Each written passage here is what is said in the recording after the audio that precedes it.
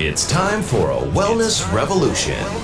Brought to you by Hotze Health and Wellness Center. Honest discussion on maintaining health and wellness naturally to enjoy a better quality of life. He's the doctor fighting to let you keep your doctorate. Now, Dr. Stephen Hotze. Welcome to Dr. Hotze's Wellness Revolution. I'm Stacey Banfield here with Dr. Stephen Hotze, founder of the Hotze Health and Wellness Center. And I'm so glad that we have a special guest on today. And as more and more people are getting more in touch with holistic health, that it's not all about the mind, it's also the body and the spirit. We just love bringing people on who have that same approach. And so we're so pleased to welcome David Sandstrom, who is, I think, is kind of a renaissance man. He's a naturopathic doctor, also an author, and an airline pilot. He's got a great story. Dr. Hotze. Right. He sure does. And we're going to be glad to have an opportunity to visit with him. And I want to thank each one of you for joining us today on Dr. Hotze's Wellness Revolution. I believe that you and everybody needs to have a physician and a staff of professionals who have the know-how and the expertise to coach you on a path of health and wellness naturally, so that as you mature, you got energy, you got vitality, and you're enthusiastic about life. Today we have on our program Dr. David Sandstrom. Dr. David Sandstrom is a very interesting individual. He's not only a naturopathic physician, and we'll talk about what that is as opposed to an allopathic physician. I'm a licensed allopath. I'm a MD, as in Mary David. Dr. Sandstrom is a naturopath, ND, naturopathic doctor. I practice medicine as if I were a naturopathic doctor, although I'm a licensed allopathic doctor. Allopathic doctors use drugs, and naturopathic doctors use natural approaches to health to get you healthy and well. Not only is Dr. Sandstrom a naturopathic physician, he's also a Delta airline pilot. He graduated from the Riddle School of Aeronautics. That's in East Texas, isn't it? Well, they have their main campus is in Daytona, and they have another one in Prescott, Arizona. Okay. And so he got his pilot license. Did you fly military at all? I did not. I'm a civilian, 100% civilian background. So what percent of the pilots, I'm just curious, that fly in commercial airlines around the country would be just a civilian pilot as opposed to having had military experience? Well, that's a really good question. When I got hired at Delta 30 years ago, literally 99 out of 100 pilots were military. And I broke the mold as a civilian. But today, about 50% at Delta. 50% military, about 50% civilian. Interesting. Well, Dr. Sandstrom, I know that you even as a pilot today, you still promote natural approaches to health through your podcast program, which can be found on podcast at what? What would be the address? Holistic Health Matters. Holistic Health Matters. And Dr. Sandstrom has written a book entitled The Christian's Guide to Holistic Health. And what really attracts me to Dr. Sandstrom is that he sees health the way we see health, that it has three prominent legs as on a tripod. It's got your spiritual health, it's got your mental health, it has your physical health, and they all work together in synergy. And people that are well balanced, in other words, they have the three legs of those tripods all the same length, they tend to have a good, well-balanced life. And if any one of the legs of the tripod gets out of balance, it can throw the whole tripod off and the thing collapse. So Dr. Sandstrom, tell us then, how did you make your transition into naturopathic health? And did you do that before you were a pilot or after you were a pilot?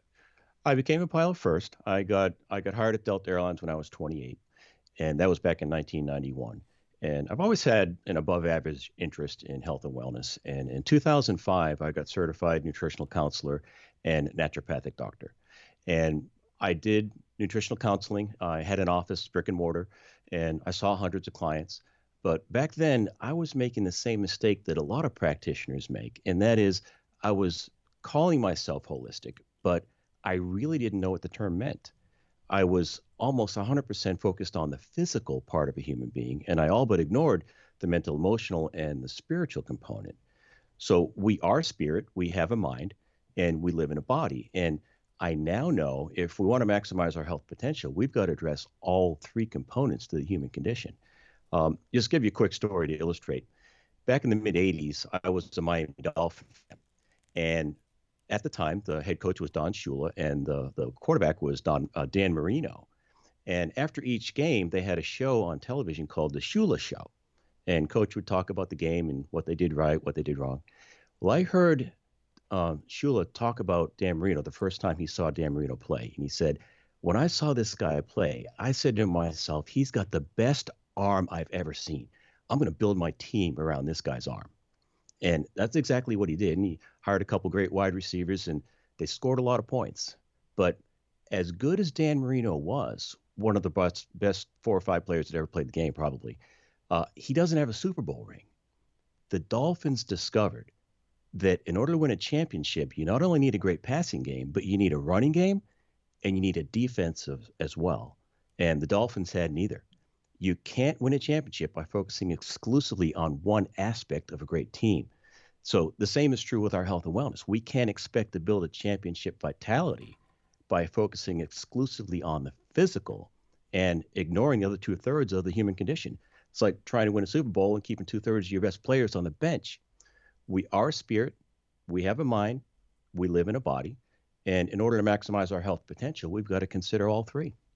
So in working with your guests, your patients, people that come to you for help, for presumably for their medical health, how do you incorporate this in your treatment regimen?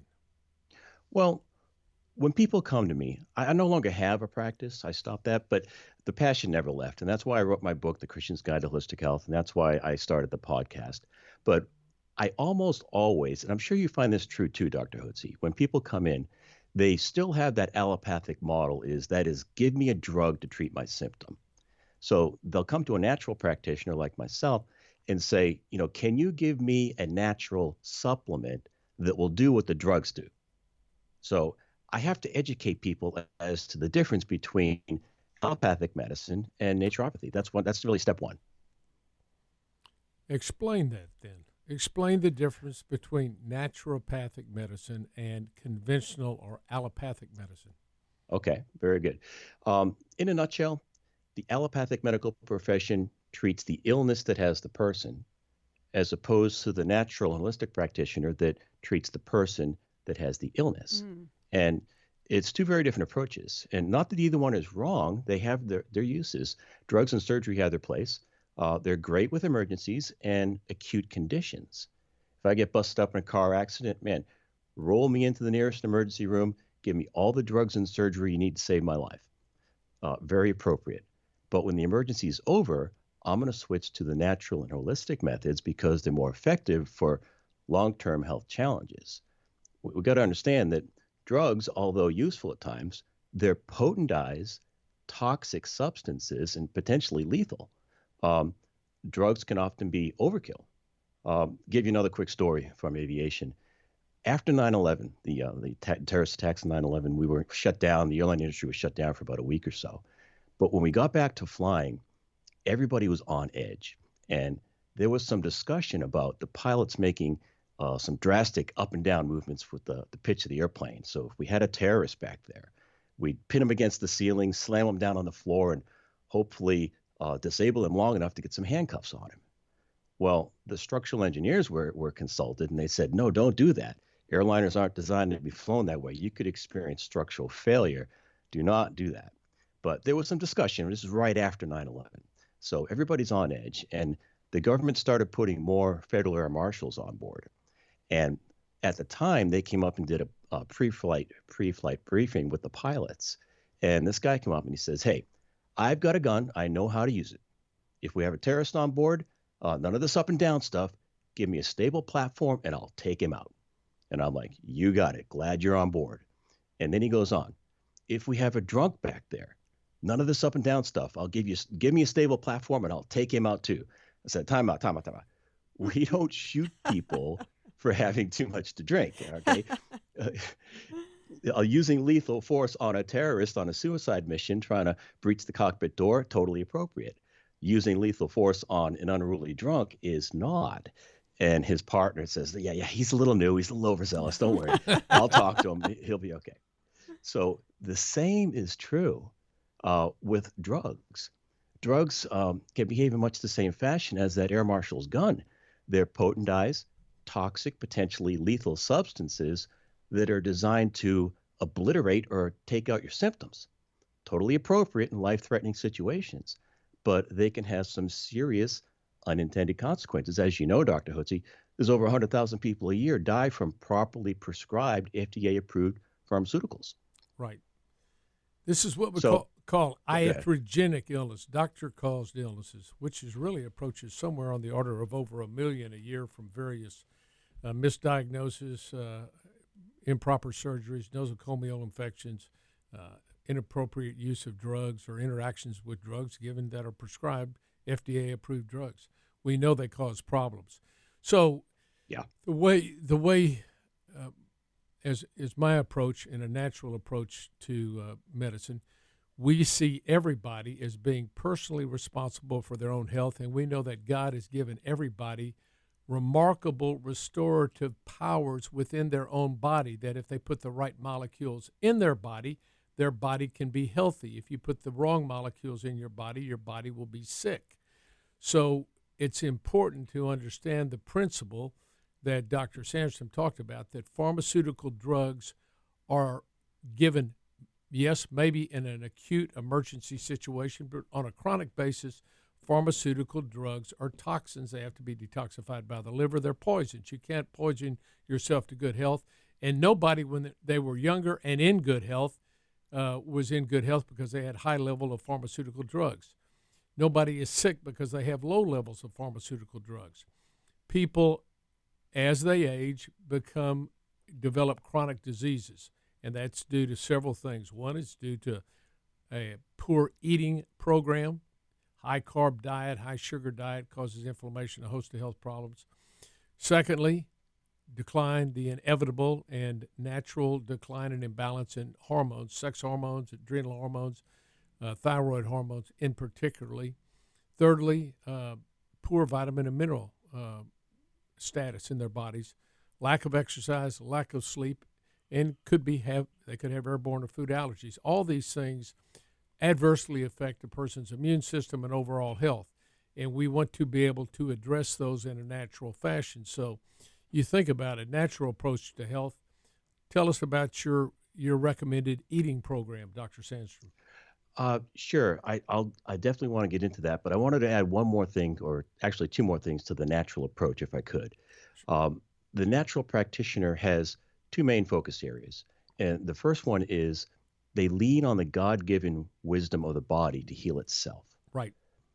So real quick, if you cut your finger with a knife, you don't have to tell your blood how to clot. You don't have to tell your body to dispatch cholesterol and other proteins to heal the skin.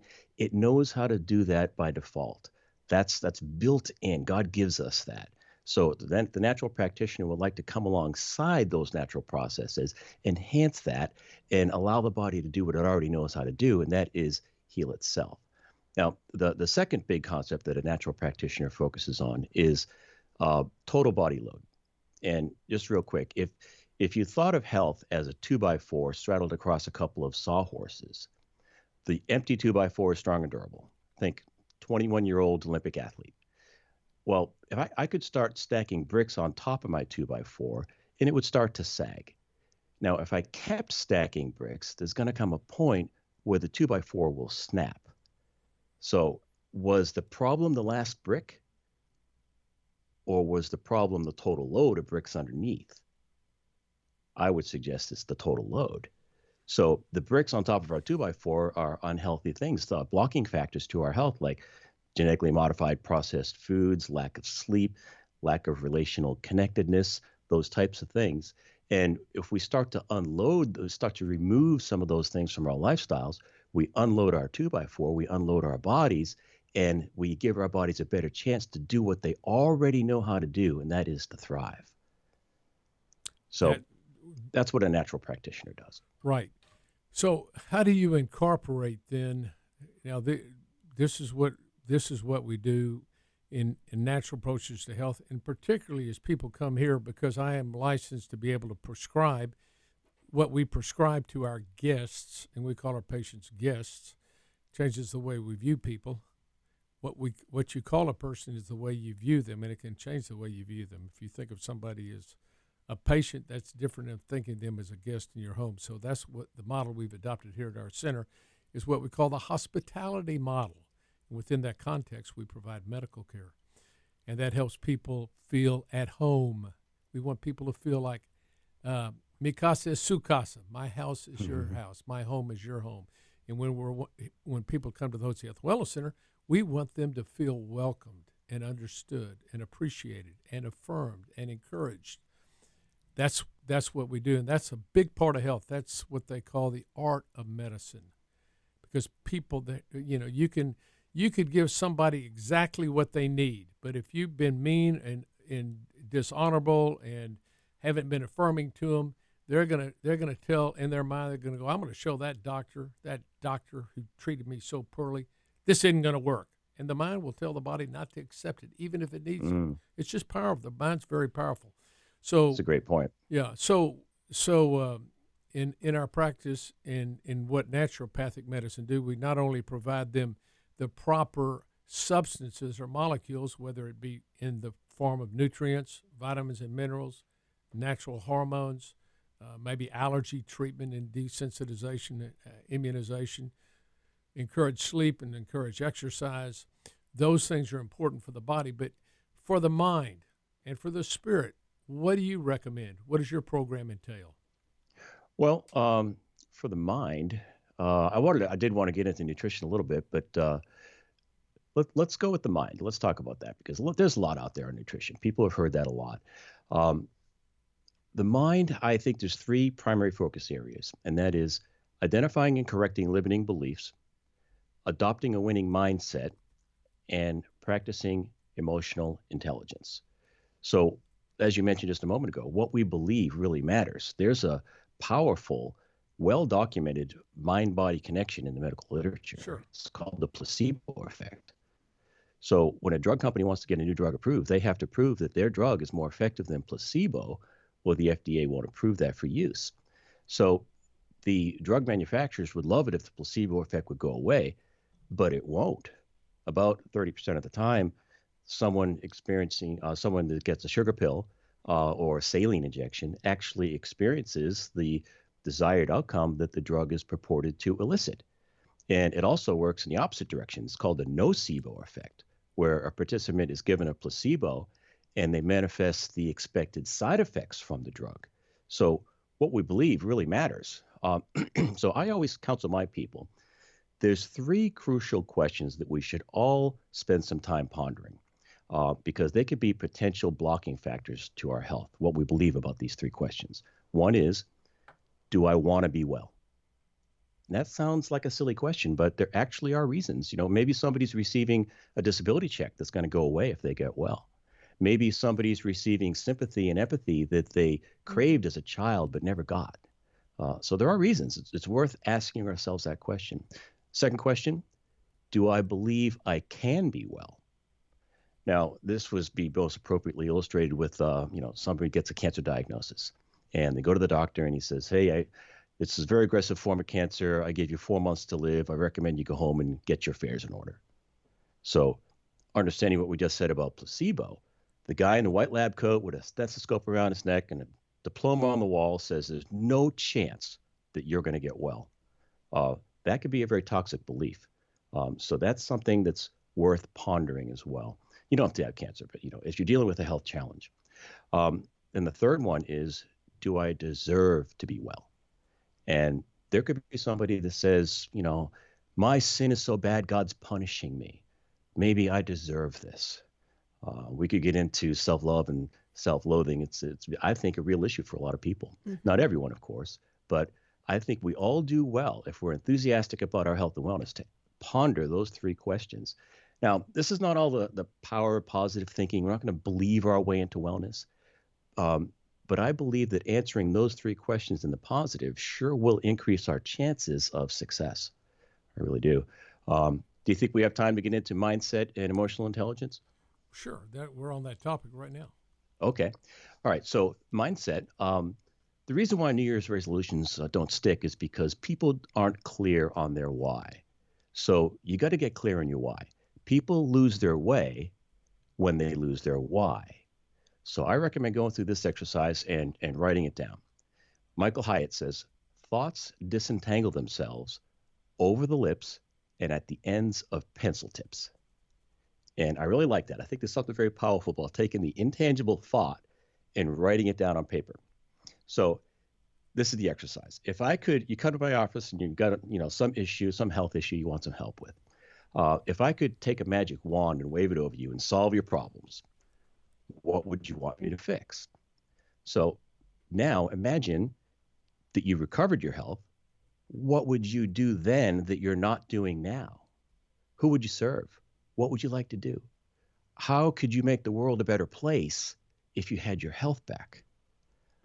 Another way of looking at it is, what do you want to avoid? Maybe heart disease runs in your family. Maybe you want to avoid Alzheimer's. Maybe you want to avoid osteoporosis. I don't think the negatives are the ideal motivation, but they can be powerful motivators nonetheless. Write those reasons down. And when you're over a friend's house and you're tempted to have the chocolate cake, pull that paper out and read it, by yourself. And it could be a powerful motivator to say, no, there's a reason why I want to be healthy. It can really be very, very powerful, the written word. Thirdly, practice emotional intelligence. This is a big one. Our emotions affect our physical vitality. Those emotions we experience can manifest in the physical. So I like to talk to people about the emotional cup. And the concept is this. Everyone's emotional capacity is limited. And we could think of that as a cup. And our cups get filled with negative emotions like hurt, resentment, bitterness, fear, worry, frustration. And when that cup gets full, when we get pushed or stressed, stuff spills out the top. And what spills out the top of our cup is not pretty. Things like anger, rage, various forms of escapism, drugs, alcohol. Maybe you pour yourself into a hobby, biting sarcasm, passive-aggressive behavior, stonewalling, those kinds of things. So a lot of people spend a lot of time and money in the counselor's office dealing with the symptoms, that stuff that's spilling out the top of the cup, when the problem is their emotional cup is full. So if you want to make the symptoms go away, you've got to empty your cup. And it's kind of like what Jesus taught on adultery. In the law, it says do not commit adultery. Jesus came along and he said, hey, take care of the lust and the adultery will go away on its own. So if we take care of our full emotional cup, we empty that cup, those symptoms, all those undesirable behaviors, they'll start disappearing all on their own. So how do we empty our emotional cups? Through confession and forgiveness.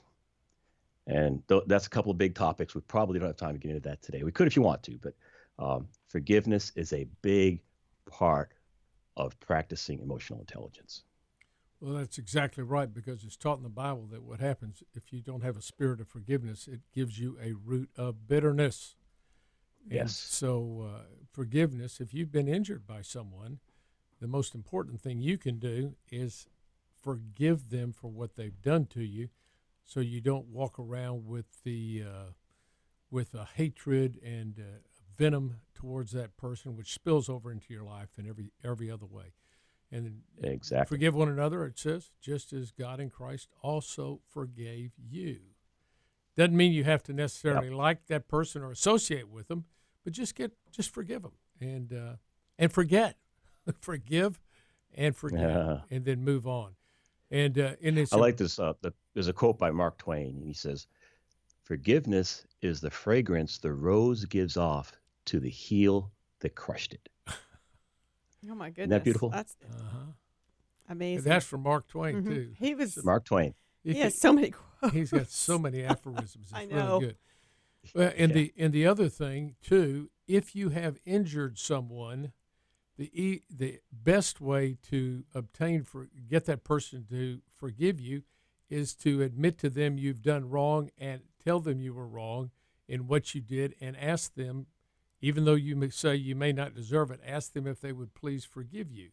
And you'll be surprised at almost every time I've ever injured somebody by something I've said sarcastically or I didn't do or broke a promise, When I asked forgiveness for that from that person, when I admitted I was wrong, would you Yeah. please forgive me for what I Yeah. did, and tell them what you did? And invariably they go, sure, oh sure, I'll forgive you, and forgive me for my response, to Yeah. you. And so that usually heals things, and that's so this whole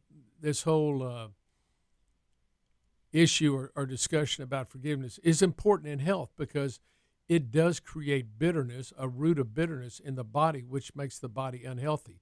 And so Right. it's the whole mind matter situation, mind body situation. When your mind is not healthy and well, trust me on this. And if you think about negative things, we know this: you attract them. Whatever you think about, you're going to attract. If you think about, I don't want to get cancer, I'm worried about getting cancer. Your whole life you worry about it. Well, sure enough, you end up with cancer. You attract it. Your body, that's all you're thinking about. Whatever's good, wholesome, lovely, positive, think about those things. Those are the things you need to think about. Be positive in your thoughts. And this is, and also when you were mentioning, when you think about a New Year's resolution, think about, you were saying, write down, what was the term you used? You write down. You lose your way when you lose your why. Yeah. So your why, listen to this, and I think the best instructor I've ever heard on goal setting and why you set goals was Zig Ziglar. And he said, you set down a goal and set a date for achieving a goal. That's a target. That's a task. You write it out. Maybe you type it out on your computer. But you write out that goal. The second thing you do, there are a series of things you do after you write out a goal. The second thing you do is you write out the benefits, the why. Why do I want to achieve this goal? Good stuff. Yeah. Then you write down, who do I need to know that can help me achieve this goal? Then you write down, what do I need to know that would help me achieve this goal? Then you write down, what obstacles have I got in front of me that would keep me from achieving this goal, and how can I overcome those obstacles? And then you write out your plan to achieve the goal, and you put a date on it. And then immediately after you do that, you take action immediately. You do something to move yourself towards that goal, whether it's pick up the phone, call somebody, set up an appointment, buy a book, listen to a YouTube. You do something proactively that moves you towards that goal, and that creates action. That action creates energy. Then energy gives you the momentum to follow through on that goal, and you'll be surprised. As you write those things down, all of a sudden, your goal starts moving towards you. You sit down on an airplane, and the guy beside you is talking about what you wrote down as a goal. It's just as strange as it can be. And that's. Can I share a quick story? Sure. When I was a young guy, I started taking flying lessons when I was 17 years old. A couple years later, when I was about 19 or 20, I didn't have the money for flying lessons, and I felt stuck. I wasn't really making the progress I wanted. But just, I don't know, out of desperation, I pulled out a piece of paper, and I wrote this simple statement down. I said, I, David Sandstrom, from this day forward, commit myself to becoming a professional airline pilot. Every day, my steps will take me one step closer to that goal. And about 8 years later, I was hired at Delta Airlines, and I beat the odds. 99 out of 100 were military. I was civilian. And about 5 years after that, I became one of the youngest captains Delta ever had. So it works. It really does work. Yeah. So this is this is part of health, is being able to write out, and we have everybody here at the Health and Wellness Center write out what their health goal is. Excellent. So, I mean, they write it down on a piece of paper and sign it, and the provider signs along with them to help them achieve those goals. Yeah. So, and then finally, let's talk about you're not only you're an airline pilot, and you do counseling and natural approaches to health, where you help people strengthen their physical, their mental, but also their spiritual health. What do you do on that line? I know you call yourself a biblical health coach. Explain that. Yes. All right. So I think the spiritual component is perhaps probably the most significant part of a human being. It's what lasts the longest. That's for sure.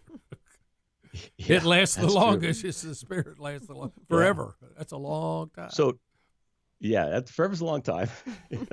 So the spirit, nurturing the spirit for health, is all about relationships. It's about our love relationship with God.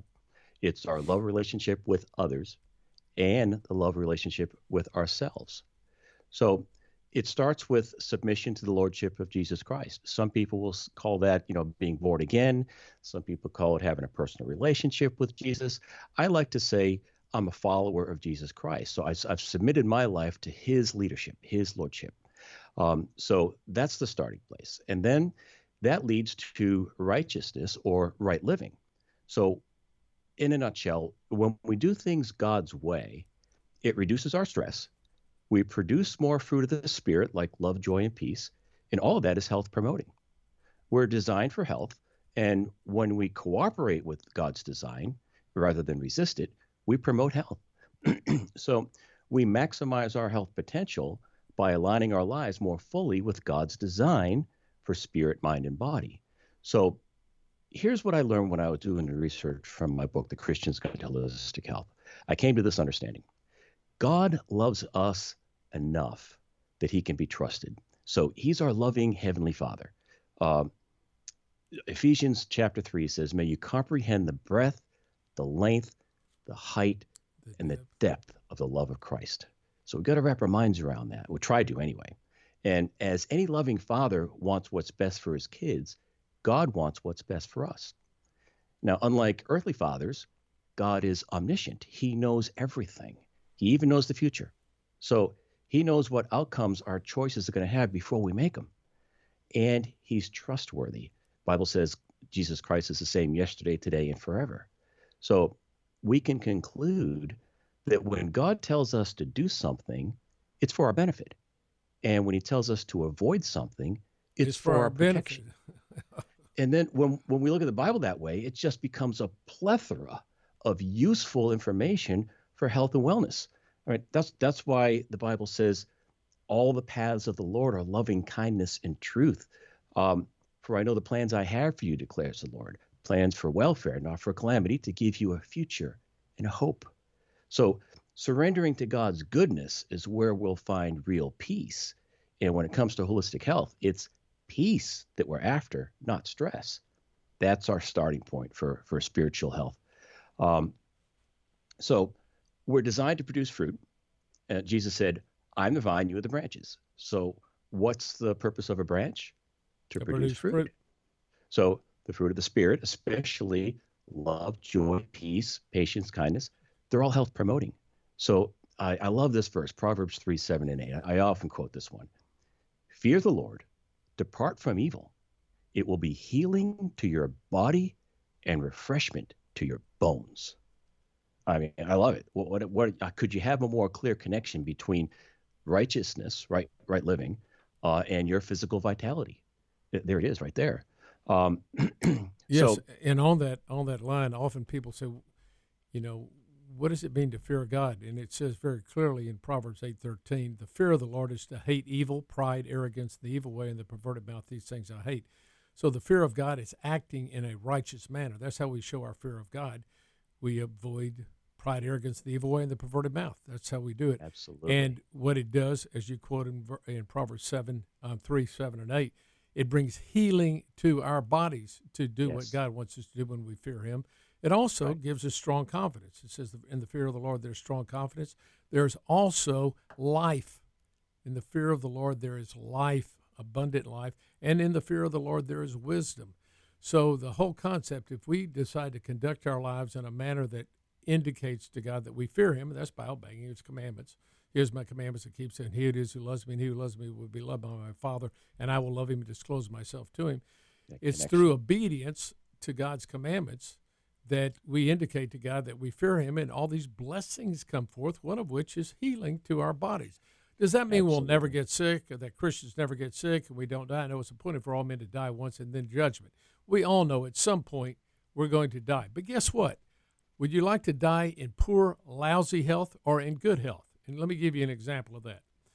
Moses died at the age of 120 years of age on Mount Nebo. And I've been there on the other side of the Dead Sea, and I've seen Mount Nebo. And up there on top of Mount Nebo, Moses died. God said he was going to let him see the promised land, but he wasn't going to let him go in because he had violated one of God's regulations. And God said, sorry, Moses, you're not going in the land. But when Moses died, it said he died at 120 years of age.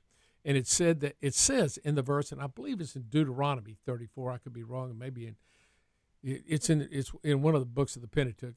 In the last chapter. It says, "And Moses was 120 when he died, and he had a sparkle in his eyes, and he was full of vim and vigor." Now, if I could live to be 120 years old, or 90 years old, or 100 years old, whatever God has for me, I would like to die. And they say, that boy died, and he was full of vim and vigor, and he had a sparkle in his eyes. He was healthy, and it was just time to go. And instead of leading my life in such a way that I'm in a decrepit state of health, I'm sick all the time, and I'm a host of pharmaceutical drugs, and I'm lingering. I want them to say when I die, and I could keel over dead tomorrow. I could get hit by a truck. Who knows what could happen? I may live another 40 or 50 years. Only God knows. My job is to keep myself as healthy as I possibly can. So when I do pass from the land of the dying to the land of the living, they go, that boy didn't linger at all, did he? No, and Dr. Sandstrom, isn't one of your favorite verses John 10:10? It is. Which it is is John 10:10. It's so meaningful to me. Can I put that on hold, because there's two more aspects to the spiritual relationship I'd like to cover, Sure, but go ahead. I'd love to talk about John 10:10. Let's say John 10:10 says what? "For I came that you might have life and have it abundantly." Life and have it abundantly. And not just life, but abundantly. Right. Abundant life. Yeah. So anyway, I'll try to get through this quickly, and I'd love to talk about John 10:10. But the other part of the spiritual component to health is relationship with others. So Genesis 2:18 says it's not good for the man to be alone. When I was doing research for my book, I came across a study published in Harvard Health News, and they said strong relationships are good for your health. And the opposite is also true. A lack of relational connectedness is detrimental to our health. And here's how they quantified it. They said a lack of relational connectedness, loneliness, is roughly equivalent to smoking 15 cigarettes a day, and worse than sedentary lifestyle and obesity. Wow. Yeah, isn't that staggering? So lack of relational connectedness is about the same as smoking a pack of cigarettes a day, and worse than being obese and practicing a sedentary lifestyle. So I say this: it's nice to see science catching up with what the Bible has been teaching our relationships for thousands of years. It is not good for the man to be alone. So lastly, love relationship with yourself. So self-love is a huge component to holistic health. Many will say to me when I start talking like this, well, Dave, hang on a minute there. Jesus taught that we're supposed to be selfless. And I say, yes. The most selfless thing we can do is take care of ourselves. Now, I've been flying for airlines for many years. I've heard this PA thousands of times, but indulge me just a minute. When you get on an airplane, they either play a video or they make a PA, and they say this: "In case of a sudden change in cabin pressure, masks above each seat will drop. Extend the mask to the full extent of the tubing and secure the mask around your nose and mouth and breathe normally. Don't worry if the bag doesn't fully inflate. Oxygen is flowing." Here's the most important part. If you're traveling with a small child or someone that needs assistance, put on your mask first, then assist the child. Why? Because you are of no use to the child if you're already unconscious from hypoxia. You've got to take care of your physical needs first if you want to be of any use to the child. So the same is true with service to others. We can't give what we don't have. We have to have enough energy. We have to have enough vitality in ourselves to be able to be of any use to other people. Amen. It's a huge concept. Well, it's a great concept. Well, Dr. Sandstrom, this has been a very enlightening, informative, and challenging discussion that we've had about the natural approaches to health and how they are impacted by both our spirit, our mind, and our physical bodies, and how they integrate together and how they work together in a synergistic way to provide overall good health, and why each area of our life is important to develop. So you've done a great job explaining this, and I am very grateful for the opportunity to have you today on our program.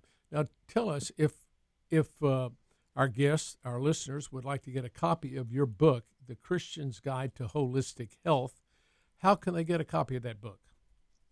Well, they can always go to my website, davidsandstrom.com. And that's Sandstrom, by the way, that's spelled S-A-N-D, Sandstrom, S-T as in Tom, R-O-M as in Mary, David Sandstrom. That's correct.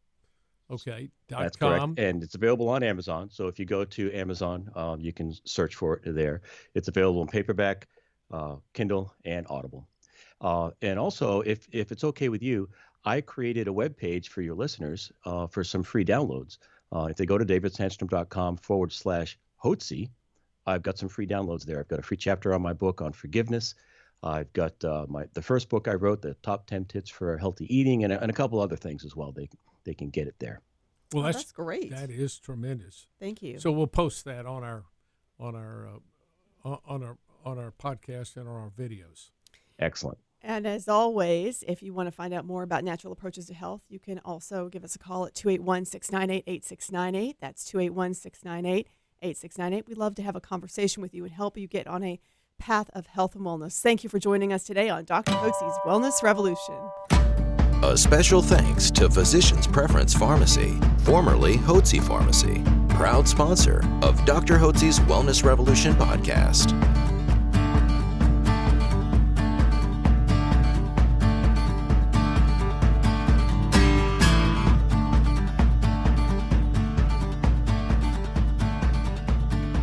Information provided on this radio program is neither intended nor implied to be a substitute for professional medical advice and is not intended to replace the services of a physician, nor does it constitute a doctor-patient relationship. You should not use information from this radio program to diagnose or treat a health problem or disease without consulting with a qualified healthcare provider. If you have or suspect you have an urgent medical problem, promptly contact a professional healthcare provider or call 911. Dr. Hotze's Wellness Revolution radio program advises you to always seek the advice of a physician or other qualified health provider prior to starting any new treatment or with any questions you may have regarding a medical condition. Any application of the recommendations from this radio program is at the listener's discretion.